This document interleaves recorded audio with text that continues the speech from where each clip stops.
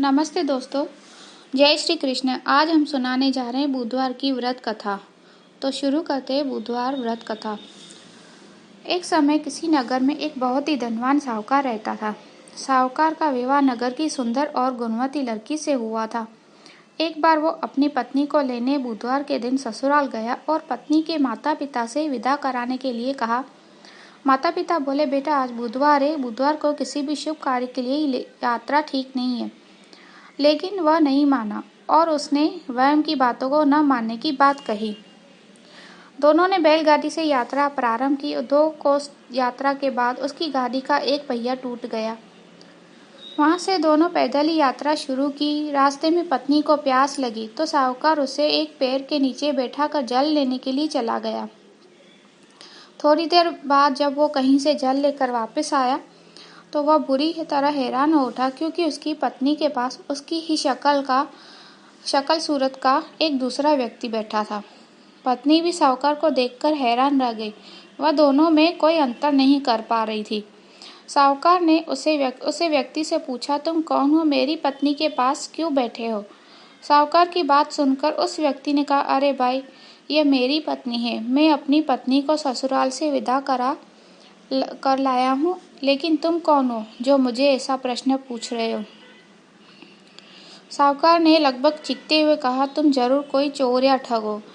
यह मेरी पत्नी है। मैं इसे पेड़ के नीचे बैठाकर जल लेने गया था। इस पर उस व्यक्ति ने कहा, अरे भाई, झूठ तो तुम बोल रहे हो। पत्नी को प्यास लगने पर जल लेने में गया था। मैं तो जल लाकर अपनी पत्नी को पिला भी दिया। अब तुम चुपचाप यहाँ से चलते बनो, नहीं तो किसी सिपाही को बुलवा कर तुम्हें पकड़वा दूंगा। दोनों एक दूसरे से लड़ने लगे। उन्हें लड़ते लड़ते देख बहुत से वहाँ एकत्र हो गए। नगर के कुछ सिपाही भी वहाँ आ गए। सिपाही उन दोनों को पकड़कर राजा के पास ले गए। सारी कहानी सुनकर राजा भी कोई निर्णय नहीं कर पाया। पत्नी भी उन दोनों में से अपने वास्तविक पति को नहीं पहचान पा रही थी। राजा ने उन दोनों को कारागार में डाल देने को कहा।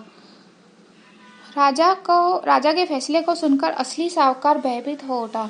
तब आकाशवाणी हुई, साहूकार, तूने माता पिता की बात नहीं मानी और बुधवार के दिन अपनी ससुराल से प्रस्थान किया। यह सब भगवान बुद्ध देव के प्रकोप से हो रहा है। साहूकार ने भगवान बुद्ध देव से प्रार्थना की कि भगवान बुद्ध देव, मुझे क्षमा कर दीजिए, मुझसे बहुत बड़ी गलती हुई। भविष्य में अब कभी बुधवार के दिन यात्रा नहीं करूंगा और सदैव बुधवार को आपका व्रत किया करूंगा। साहूकार की प्रार्थना से प्रसन्न होकर भगवान बुद्ध देव ने उसे क्षमा कर दिया। तभी दूसरा व्यक्ति राजा के सामने से गायब हो गया।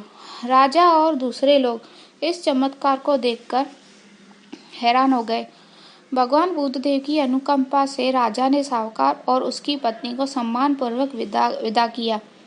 कुछ दूर चलने पर रास्ते में उन्हें बैलगाड़ी मिल गई। बैलगाड़ी का टूटा हुआ पहिया भी जुड़ा हुआ था। दोनों उसमें बैठकर नगर की ओर चल दिए। साहूकार और उसकी पत्नी उन दोनों बुधवार का व्रत करते हुए आनंद पूर्वक जीवन व्यापन करने लगे। भगवान बुद्ध देव की अनुकंपा से उनके घर में धन संपत्ति की वर्षा होने लगी। जल्द ही उनके जीवन में खुशियां ही खुशियां भर गई। बुधवार का व्रत करने से स्त्री पुरुष के जीवन में सभी मंगल कामनाएं पूरी होती है।